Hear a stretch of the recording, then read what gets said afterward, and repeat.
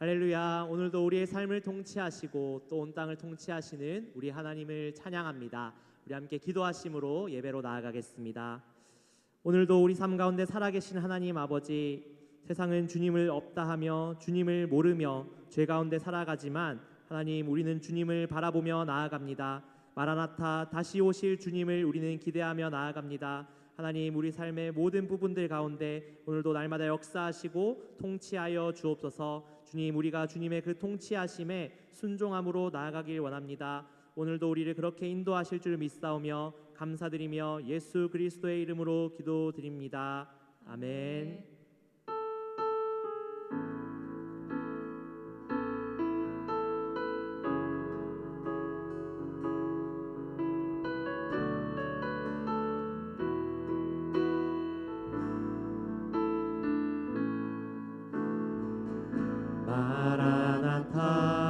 마라나타, 주 예수여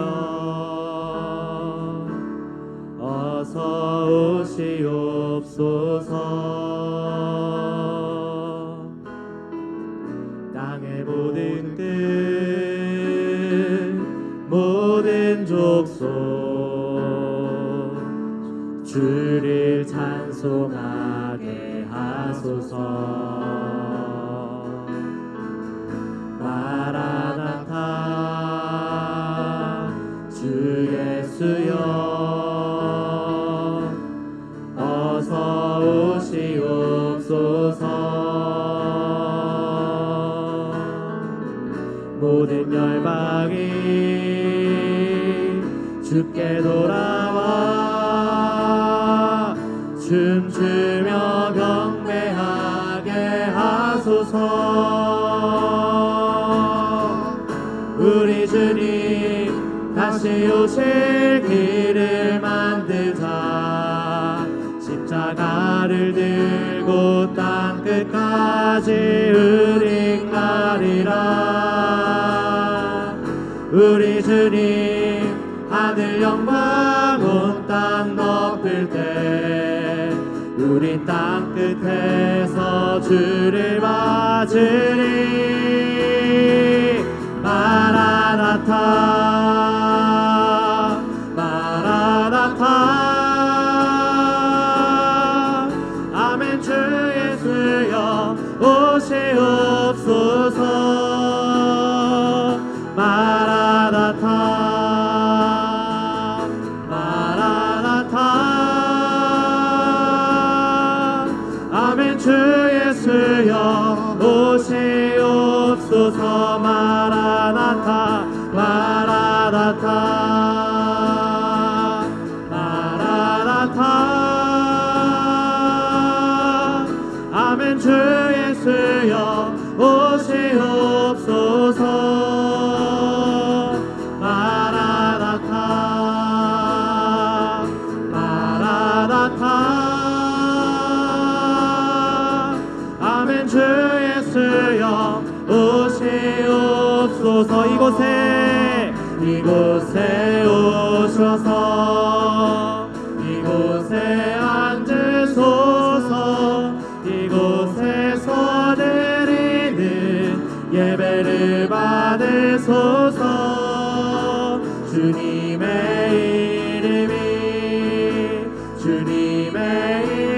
이름만이 오직 주의 이름만 이곳에 있습니다.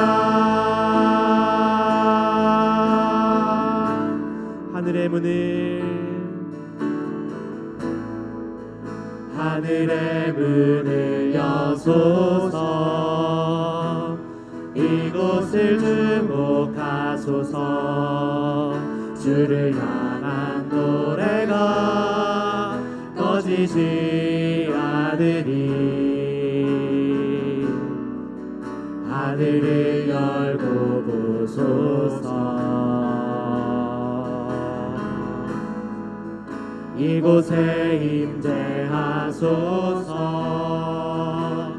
주님을 기다립니다. 기도의 향기가 하늘에 닿으리.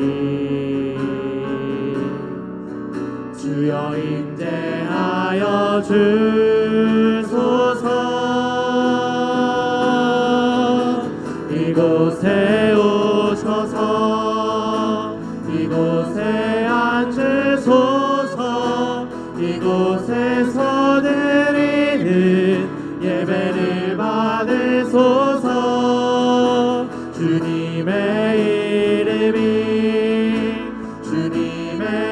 이름만이 오직 주의 이름만 이곳에 있음. 이곳에 오셔서 이곳에 오셔서 이곳에 앉으소서. 이곳에서 드리는 예배를 받으소서. 주님의 이름만이 오직 주의 이름만 이곳에 있습니다.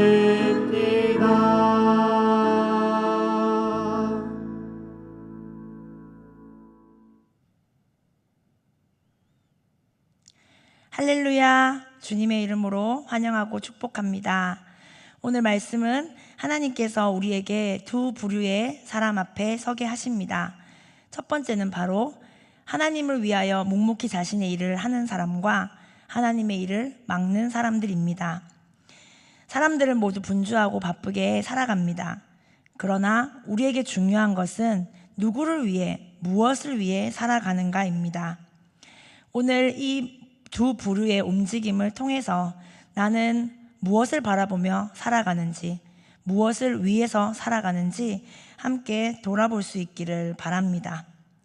하나님의 일은 하나님께서 하십니다. 그러나 하나님을 위해 살고자 하는 사람들을 통해서 하나님은 그분의 일을 행하십니다. 모든 것이 끝난 것 같은 순간에 하나님을 위해 자신의 전부를 드린 한 사람을 통해 하나님은 그분의 부활의 이야기를 쓰고 계셨습니다. 오늘 저와 여러분의 삶에서도 똑같은 일상이지만 그저 흘러보내는 삶이 아니라 하나님 나라의 이야기에 쓰임받는 소중한 하루가 되기를 주님의 이름으로 축복합니다. 마태복음 27장 57절에서 66절 말씀입니다. 저물었을 때 아리마대의 부자 요셉이라 하는 사람이 왔으니 그도 예수의 제자라. 빌라도에게 가서 예수의 시체를 달라 하니 이에 빌라도가 내주라 명령하거늘 요셉이 시체를 가져다가 깨끗한 세마포로 싸서 바위 속에 판 자기 세무덤에 넣어두고 군도를 굴려 무덤 문에 놓고 가니 거기 막달라 마리아와 다른 마리아가 무덤을 향하여 앉았더라. 그 이튿날은 준비일 다음 날이라. 대제사장들과 바리새인들이 함께 빌라도에게 모여 이르되 주여, 저 속이던 자가 살아있을 때에 말하되 내가 사흘 후에 다시 살아나리라 한 것을 우리가 기억하노니 그러므로 명령하여 그 무덤을 사흘까지 굳게 지키게 하소서. 그의 제자들이 와서 시체를 도둑질하여 가고 백성에게 말하되 그가 죽은 자 가운데서 살아났다 하면 후의 속임이 전보다 더 클까 하나이다 하니 빌라도가 이르되 너희에게 경비병이 있으니 가서 힘대로 굳게 지키라 하거늘 그들이 경비병과 함께 가서 돌을 임봉하고 무덤을 굳게 지키니라. 오늘 말씀은 이렇게 시작합니다. 저물었을 때 아리마대의 부자 요셉이라 하는 사람이 왔으니 그도 예수의 제자라. 이 말씀을 보면 우리가 다소 어색한 단어가 등장합니다. 바로 부자와 제자입니다. 이 단어가 한 문장에 기록되고 있습니다. 이 말씀을 볼 때 예수님이 하신 말씀이 생각이 납니다. 마태복음 19장에서 예수님은 한 청년에게 너의 재물을 팔아 가난한 자에게 주고 나를 따르라 말씀하셨습니다. 그때 그 청년은 근심하며 돌아갔습니다. 부자라서 떠난 것이 아니라 예수님께서 모든 것을 내어놓고 나를 따르라고 하셨을 때 그것을 놓지 못해서 떠난 것입니다. 한 사람은 재물이 많아 돌아갔고 한 사람은 자신의 재물을 들여 예수님을 따랐습니다. 무슨 차이였을까요? 바로 무엇을 붙잡고 있는가, 무엇을 놓을 수 있는가입니다. 아리마대 사람 요셉은 예수님을 붙잡았고 그의 재산을 다 놓았습니다. 그리고 이렇게 예수님 말씀하십니다. 그도 예수의 제자라. 여러분, 실제적으로 알려진 예수님의 제자들은 지금 어디에 있습니까? 이름이 알려지고 드러난 제자들은 모두 도망갔습니다. 그런데 예수님도 기억하시지 못하는 이 순간 숨겨진 제자가 등장합니다. 예수님이 높아지고 인기가 많을 때는 드러나지 않았던 그 사람이 예수님의 마지막 순간에 제자라고 나타나는 것입니다. 여러분, 진짜 믿음은 상황이 무너졌을 때 드러납니다. 여러분은 어떤 제자입니까? 예수님이 잘 되실 때, 내가 옆에서 한 자리를 차지하고 예수님이 인정받을 때 나도 인정받기를 원하는 제자, 아니면 예수님이 수치와 죽음을 당하시고 예수님이 모든 것이 끝난 것 같은 그 순간에 그의 옆을 지키는 제자입니까? 하나님의 일은 결코 사람이나 환경에 흔들리지 않습니다. 충성스러워 보였던 사람들, 제자들이 있었지만 그들은 모두 떠났습니다. 그렇다면 하나님의 일도 끝난 것입니까? 아닙니다. 하나님은 그분의 사람들을 다시 일으키십니다. 아리마대 사람 요셉의 마음을 움직이셨고 하나님의 일을 하게 하십니다. 그가 일어나 빌라도에게 갑니다. 그리고 예수님의 시체를 달라고 요청합니다. 성경에서는 곳곳에 아리마대 사람 요셉을 다양하게 표현합니다. 마가복음 15장 43절 말씀입니다. 아리마대 사람 요셉이 와서 당돌이 빌라도에게 들어가 예수의 시체를 달라 하니 이 사람은 존경받는 공회원이요 하나님의 나라를 기다리는 자라. 누가복음 23장 50절입니다. 공회의원으로 선하고 의로운 요셉이라 하는 사람이 있으니 그는 존경받는 공회원이었고 정치적 영향력이 있었고 또한 종교 지도자의 핵심 인물이었습니다. 그런데 그가 지금 예수의 시체를 달라고 요구하는 것입니다. 이것은 자신의 인생을 걸고 요청하는 것입니다. 그는 위험한 요구를 하고 있습니다. 먼저 정치적으로 위험했습니다. 예수님은 로마에 의해 처형된 반역자입니다. 그런데 예수의 시신을 달라는 것은 나는 이 사람의 편이다 라고 선언하는 것이며 빌라도 입장에서는 너도 같은 무리구나 라고 의심받는 상황이 됩니다. 또한 공회의원으로서 예수님을 죽이기로 한 집단에 배제되는 상황이 발생합니다. 유대사회는 시체를 만지면 부정했습니다. 지금 6월절 기간이며 이 모든 정결 예식과 규칙을 벗어나는 행동을 하고 있습니다. 그렇다면 예수님이 살아계실 때는 등장하지 않았던 이 요셉이 마지막에 왜 이렇게 행동하는 것일까요? 그것은 바로 진짜 사랑이기 때문입니다. 예수님이 죽으시자 그의 사랑이 나타났습니다. 아무런 희망도 소망도 바랄 수 없는 이 순간에 진짜 요셉의 사랑이 일하기 시작했습니다. 여러분, 진짜 사랑은 유익이 아닌 사랑으로 움직입니다. 여러분, 부모님이 자신의 유익을 위해서 자녀를 키우고 양육하는 것을 본 적이 있으십니까? 아닙니다. 부모는 자신의 유익이 아니라 자녀를 사랑하기 때문에 양육하고 희생하는 것입니다. 여러분, 오늘 요셉은 예수님도 자신을 기억하지 못할 걸 알면서 예수님을 위해 자신의 생을 드립니다. 우리의 신앙은 어떠합니까? 우리는 예수님을 위해 산다고 말하면서 사실은 나의 유익과 나의 이익을 위해 기도하고 예수님을 믿을 때가 많습니다. 이런 예배, 이런 사랑, 이익을 바라는 믿음, 이것은 오늘날의 한국교회가 끊임없이 싸워야 할 영적 전쟁입니다. 우상숭배는 멀리 있는 것이 아니고 바로 우리의 마음 깊숙한 곳에 있습니다. 나의 예배가, 내가 예수님을 따른다고 하는 그 모든 고백이 나의 만족이나 나의 문제를 해결해주고 나의 마음을 편안하게 해주는 그런 도구로 예배가 전락할 수 있다는 것입니다. 그렇지 않으려면 우리는 날마다 우리의 신앙의 기준을 찾아야 합니다. 진짜 예배는 사랑에서 시작합니다.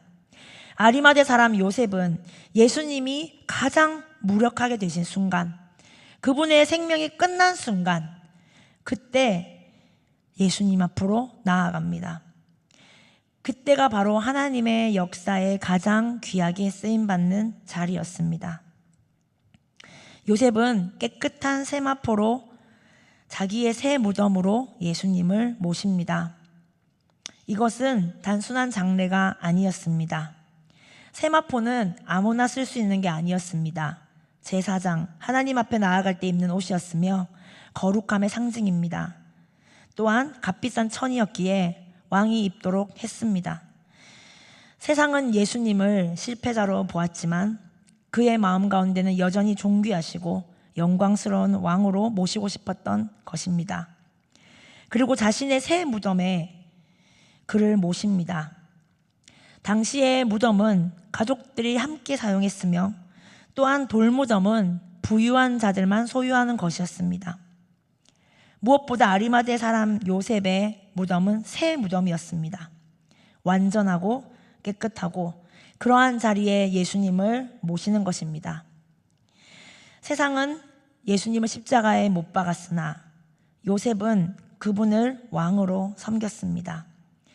자신이 누구를 사랑하는지, 누구를 따르고 있는지, 누구를 왕으로 모시고 있는지 요셉은 묵묵히 자신의 행동으로 자신의 신앙을 고백하고 있는 것입니다. 여러분, 모든 것이 이해되지 않을 때, 모든 것이 막히는 그 순간에도 여러분의 사랑을, 그 믿음을 하나님 앞에 드릴 수 있는 사람이 되기를 축복합니다. 하나님은 그런 사람을 통해서 바로 하나님의 이야기를 써내려 가실 것입니다. 요셉의 이런 순전한 행동은 바로 구약 성경의 예언의 성취가 되었습니다. 이사야 53장 9절 말씀입니다.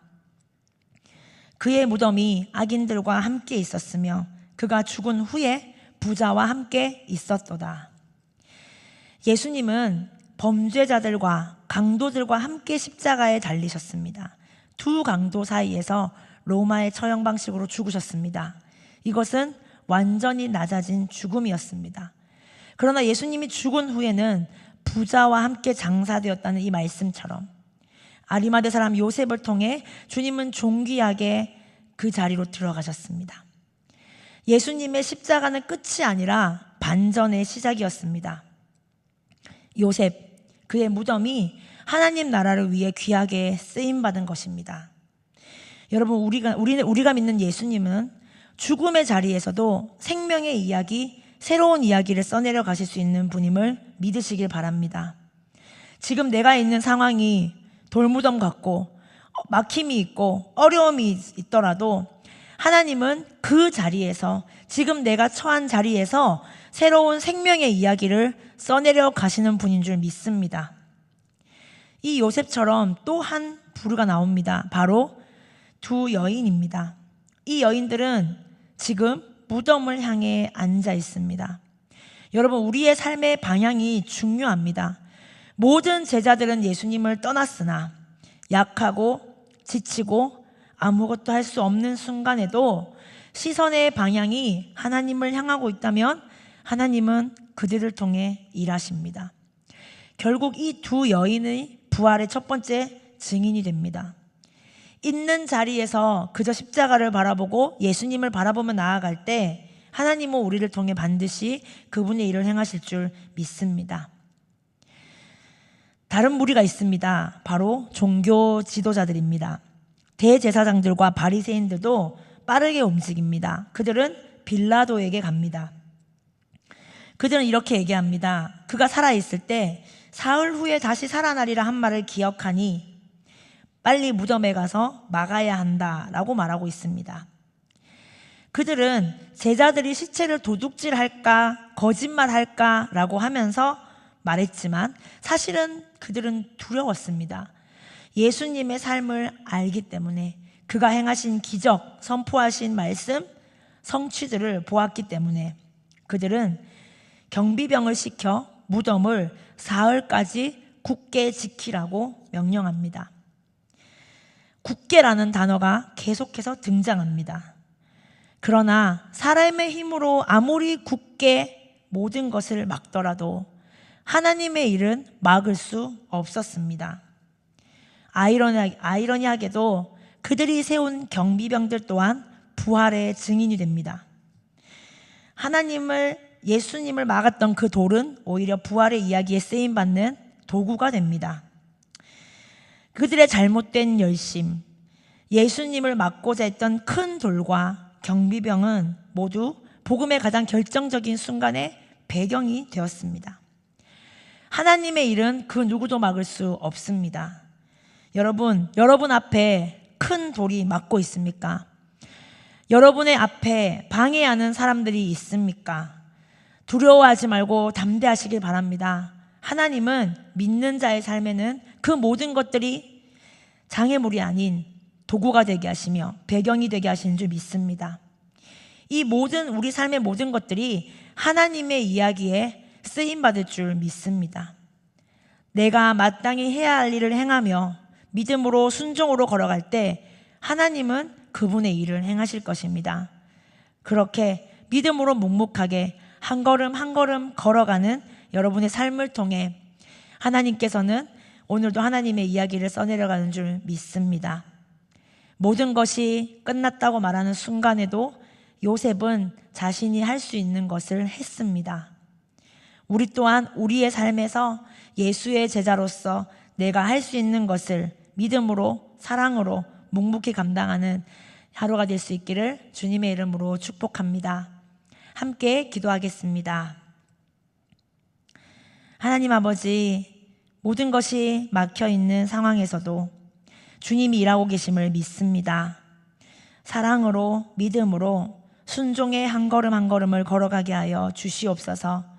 그리하여 오늘의 나의 삶에서도 하나님의 놀라운 이야기가 쓰여지게 하여 주시고 우리가 하나님을 예배하고 하나님 앞으로 나아갈 때 나의 만족과 나의 유익을 위하여 예배하고 있지 않은지 날마다 점검하게 하여 주시고 순전하고 온전한 믿음과 사랑을 주님께 드릴 수 있도록 인도하여 주시옵소서.